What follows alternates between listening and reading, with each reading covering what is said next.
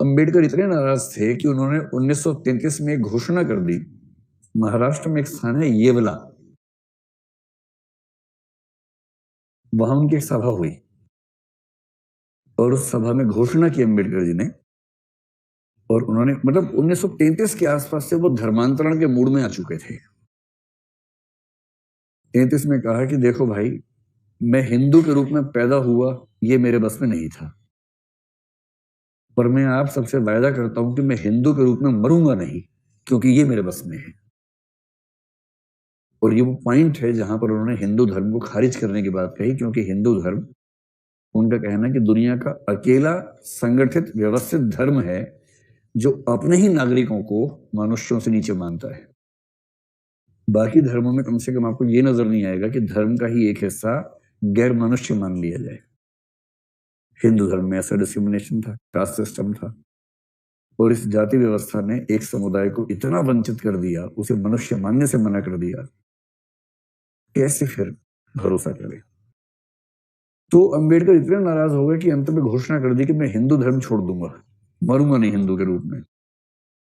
इसके बाद महात्मा गांधी ने खूब समझाया कि नहीं अंबेडकर, ऐसे मत करो, ऐसा थोड़ा ना होता, हृदय परिवर्तन करवाएंगे हम लोग मिलकर, सबको ठीक करेंगे, जनता मत करो। अंबेडकर बोले कि आपके से तो हो नहीं पा रहा इनका हृदय परिवर्तन, 1000 साल में एक आध व्यक्ति आपके जैसा पैदा होता है, अब हम फिर 1000 साल वेट करेंगे। तो महात्मा गांधी के तर्क उनको संतुष्ट कर नहीं पाए और फाइनली वो आक्रामक रहे। उनका महत्व बढ़ता गया इन सब समुदायों के बीच में। हिंदू महिलाओं के पक्ष में और सब महिलाओं के पक्ष में उनकी जिद थी कि यूनिफॉर्म सिविल कोड आना चाहिए, ताकि महिलाओं को उतने ही अधिकार मिल सके जितने अधिकार पुरुषों के हैं। अब मैं जो बताना चाह रहा हूं, हम में से कई लोग अंबेडकर को अनुसूचित जातियों का नेता समझ लेते हैं। मैं उनके बारे में पढ़ाता हूं तो सबसे कहता हूं कि जितनी लड़कियां बैठी हैं, विशेष रूप से हिंदू लड़कियां, सुबह सुबह उठते ही सबसे पहले उनकी मूर्ति पे ना एक फूल चढ़ा दिया कीजिए। अगर अंबेडकर ना होते तो आज आप यहां ना होती, घर में चूल्हा चौका कर रही होती। अंबेडकर का ये महत्व है, भी समझाऊंगा क्या महत्व है। और हिंदू महिलाओं की मुक्ति के लिए जितना काम अकेले अंबेडकर ने किया, उतना सब के सब बाकी लोगों ने मिलकर भी नहीं किया, इतना महत्व है उनका। और वो हिंदू शूद्र महिलाओं की बात नहीं कर रहे हैं, वो हर महिला की बात कर रहे हैं। अंबेडकर अगर दबाव न बनाते तो नेहरू शायद हिंदू कोड बिल को टाल जाते। वो टाल नहीं पाए क्योंकि उसके पीछे अंबेडकर अड़े हुए थे। खैर, ये सब होते होते 1946 से 1949 तक उनके हाथ में काम आया भारत के संविधान की ड्राफ्टिंग का। वो संविधान की ड्राफ्ट कमेटी के प्रमुख थे। अंबेडकरवादी लोग थोड़ा ज्यादा क्लेम करते हैं, कहते हैं कि संविधान अंबेडकर ने लिखा है।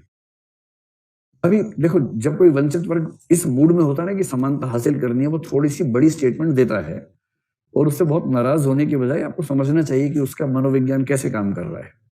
बजाय खारिज कर देने के, उसका मनोविज्ञान समझना चाहिए। हम ये जानते हैं कि सच ये है कि संविधान सभा ने लिखा है, और संविधान सभा ने विभिन्न समितियां बनाई, हर समिति ने अलग अलग भाग लिखे, उनको मिलाकर एक करना, आपस की कॉन्ट्रोडिक्शंस को दूर करना, ये काम जिस कमेटी के पास था, कमेटी वो भी एक व्यक्ति नहीं कमेटी थी, उस कमेटी के प्रमुख अंबेडकर जी थे। और पूरी संविधान सभा में एक ही व्यक्ति, संविधान सभा में क्या, वो संविधान सभा का सलाहकार था, संविधान सभा का हिस्सा नहीं था। BN राव का नाम सुना होगा आपने।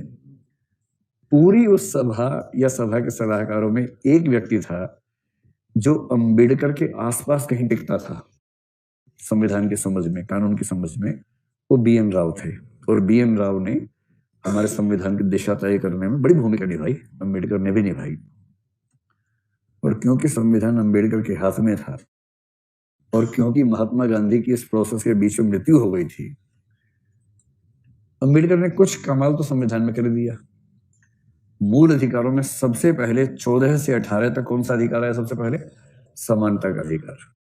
अगर उदारवादियों की चलती, पहले स्वतंत्रता का आता, फिर समानता का आता, पहले कौन सा आया, ये बड़ा महत्वपूर्ण है। और समानता के अधिकार की बात करते हुए अगर आप आर्टिकल 15 को पढ़ेंगे तो उसमें स्पष्ट रूप से लिखा है, कुएं, मंदिर आदि उन सब पे सबकी एंट्री उपलब्ध होगी। आप समझ सकते हैं कि उसके पीछे का भाव क्या है, दर्द क्या है। आर्टिकल 17 सीधे सीधे इसीलिए है, अस्पृश्यताकांत किया जाता है।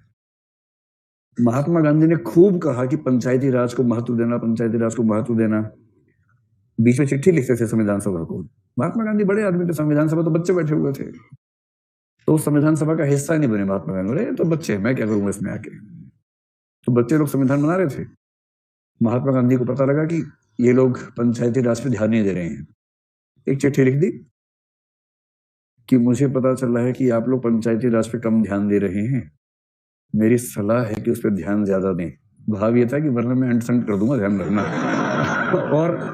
और गांधी जी अगर संविधान सभा के खिलाफ अनशन पे बैठ जाते, संविधान सभा की क्या हैसियत थी उनके सामने, सब पिट जाते हो किस दिन। तो सबने कहा नहीं हम ध्यान देंगे, ध्यान देंगे। फिर महात्मा गांधी का देहावसान हो गया। अंबेडकर पंचायती राज के घोर विरोधी थे। उनको अच्छे से पता था कि पंचायत के नाम पे जो दबंगई होती है गांव के अंदर, वो सवर्ण पुरुषों की ही होती है। अगर आपने अपने गांव की पंचायत देखी हो, एक तो जो पंचायत अभी बनती है 73rd 74th अमेंडमेंट के तहत, 73rd के तहत, उसमें तो आरक्षण हो गया थोड़ा बहुत। आरक्षण के बाद भी स्थिति क्या है हमें पता ही है अच्छे तरीके से, है ना। आरक्षण के बाद भी क्या हालत है पता है। उस आरक्षण से पहले की पंचायतों को याद कीजिए, जिसके लिए प्रेमचंद पंच परमेश्वर लिखे गए थे। उन पंचायतों में कभी कोई औरत दिखी आप लोगों को, या हमेशा पुरुष ही दिखते हैं वहां पर? सारे के सारे सवर्ण बुढ़े पुरुष इकट्ठे हो जाते हैं। 3 शर्तें हैं उसमें होने की, सवर्ण होना, बुढ़ा होना, पुरुष होना। और अगर गांव के सवर्ण बुढ़े पुरुष सारे फैसले करेंगे तो समझ सकते हैं कि जो अवर्ण है उनके पक्ष में नहीं होगा, महिलाओं की भागीदारी होगी नहीं उसमें, और नवाचार की संभावना खत्म, सारे बुढ़े बैठे हैं। ऋषि अंबेडकर ने कहा कि असली अन्याय गांवों में होता है, और यदि ग्रामीण समाज को अन्याय से मुक्त करना है तो पंचायती राज को सबसे पहले खारिज करना होगा। अंतर देखिए, गांधी जी कह रहे कि पंचायत के बिना देश बढ़ेगा नहीं, और ये कह रहे कि जिस तरह से देश को बढ़ाना चाहते हैं वैसे हम नहीं बढ़ाना चाहते, हमें वो अन्याय नहीं चाहिए, हमें पंचायत नहीं चाहिए। और फाइनली पंचायत हमारे देश में मतलब सिस्टम के तौर पे मूल संविधान में नहीं आ सकी। केवल हमने इतना कर दिया कि डीपीएसपी में लिख दिया कि राज्य पंचायती राज को बढ़ाने का प्रयास करेगा, और राज्य सूची में एक एंट्री कर दी पंचायती राज, और राज्यों की छूट है, चाहे तो पंचायती राज कर लें, नहीं तो ना करें। ये तो बाद में 73rd अमेंडमेंट से ऐसा हुआ कि पंचायती राज एक कंपल्सरी सिस्टम बन गया, उससे पहले कहां सिस्टम था।